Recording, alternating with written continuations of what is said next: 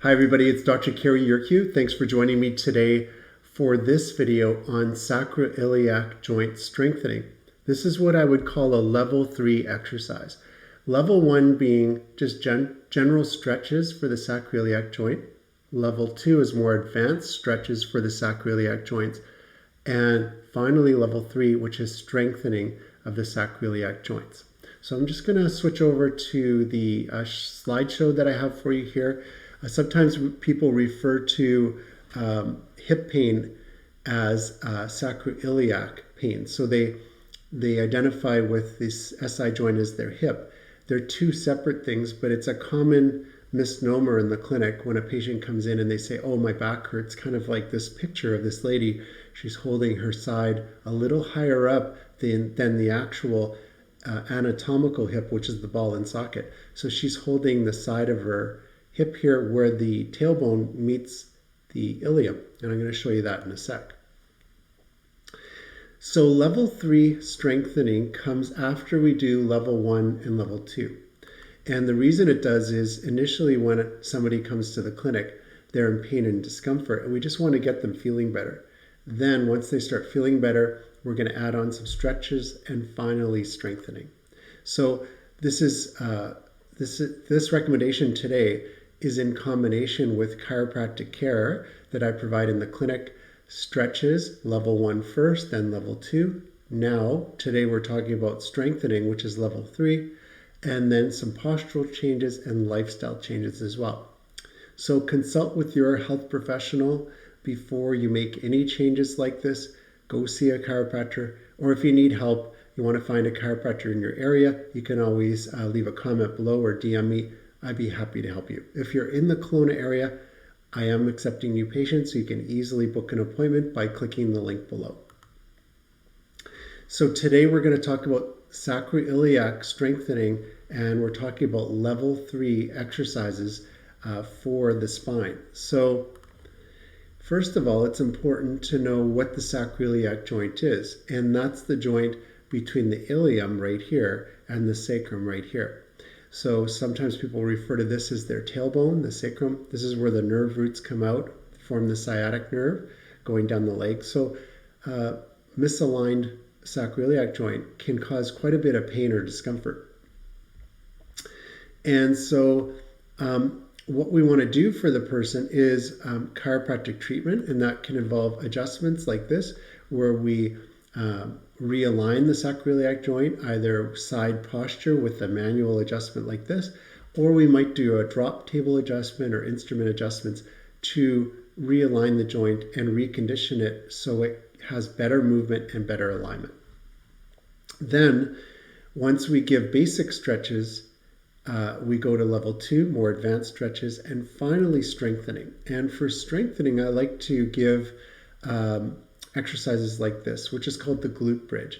So basically, you're lying flat on the ground, you lift your hips off the ground to form this very straight position with the body, kind of in this flat position. Make sure you get the legs up high enough and the glutes up high enough so it's in alignment with the rest of your body, just the bend in the knees, and careful with your neck too, the angle between your shoulders and your neck.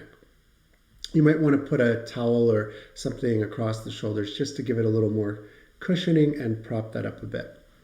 So the glute bridge, I tell people to hold for 3 to 5 seconds, relax, and do this for 5 to 10 repetitions. Thank you to backintelligence.com for this image. The next one I like is this, which is an abdominal strengthening exercise. So not only do we want to stretch and strengthen the sacroiliac in the back part of the body, we want to strengthen the core muscles on the other side to stabilize the joint.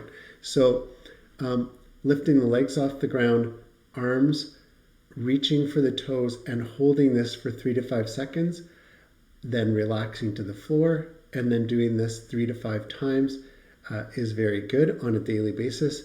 Careful with your neck. A lot of people will reach with their head forward towards their feet. Keep the neck in alignment with the rest of the body so you're not straining the neck.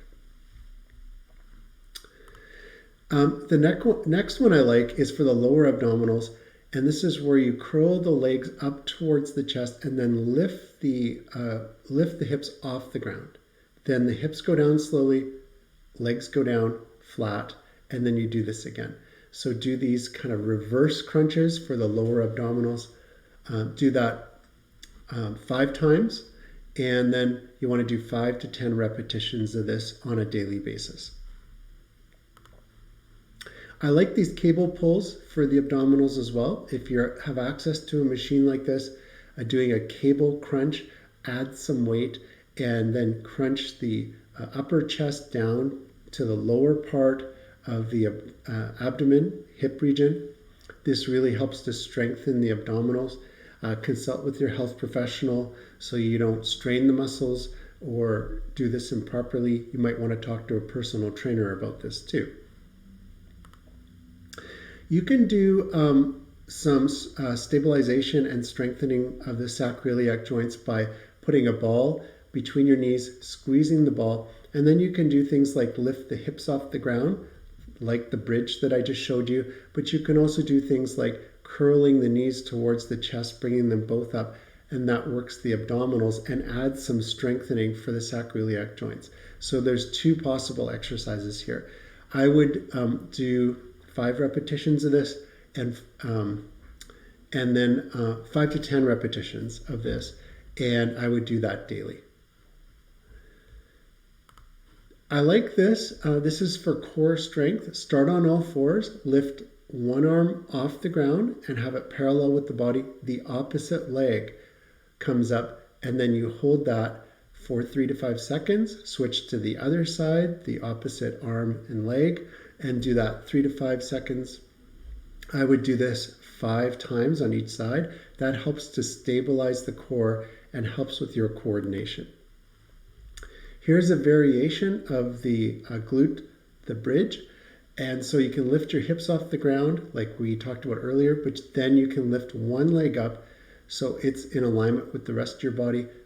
This adds some extra stability because it works the hip region and the sacroiliacs a little bit harder to build up strength and stability in that area.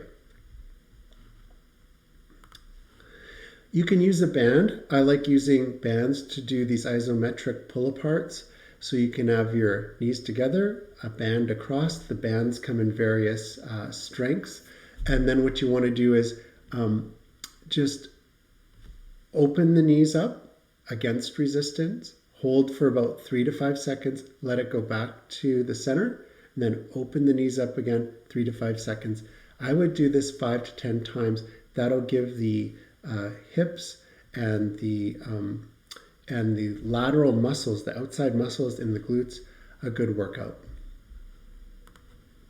And the last one I have for you is these extensions. You can have a ball like this on the ground, feet on the ground, body can start curled over the ball, and then you want to extend your arms and your upper back upwards so it's in alignment with the rest of the body.